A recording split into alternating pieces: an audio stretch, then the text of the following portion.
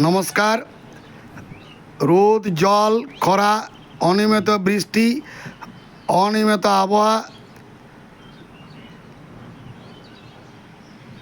প্রতিকূল পরিস্থিতিতে যে প্রিয় কৃষক বন্ধুরা এবছর যে বোরো ধানের চাষ করেছিলেন, তার মধ্যে আমাদের কাছে পরম্পরা ভবানী কৃষি ফান্ডের পুরো প্রযুক্তি যে গ্রহণ করেছিলেন রাধানগর গ্রামের নাম বলা ভাই কল্যাণ প্রসাদ নায়ক, এবং উপস্থিত আছেন কানাইপুর গ্রামের নাম বলো নিরঞ্জন সিংহ মহাপাত্র, এবং উপস্থিত আছেন জামবেদা গ্রামের সুজিত মাসান্ত।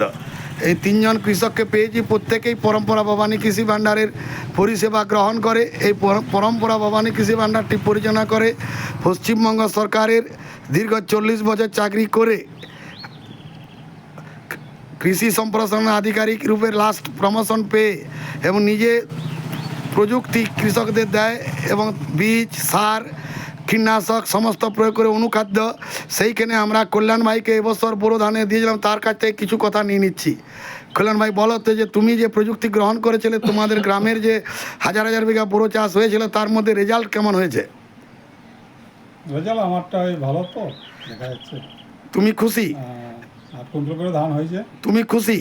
খুশি। এবং তোমার যে মাজরা পোকার যে আমরা ওষুধ দিয়েছিলাম, যে ওষুধ সোড, যে গ্রিন বায়োটেক, এই গ্রিন বায়োটেকের সোড যে অসাধারণ কোম্পানি এবং অসাধারণ ওষুধ, এর কেমন কাজ হয়েছিল? 850 টাকা দাম ছিল 250 ml এর কাজটা কেমন? সেটা তরল, কম পড়ে।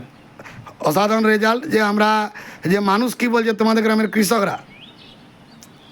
হ্যাঁ বলছে ওদের তো সবাই সিজমোরা হয়েছে, আমাদের গ্রামের আমাদেরগুলো তুলনামূলক কম।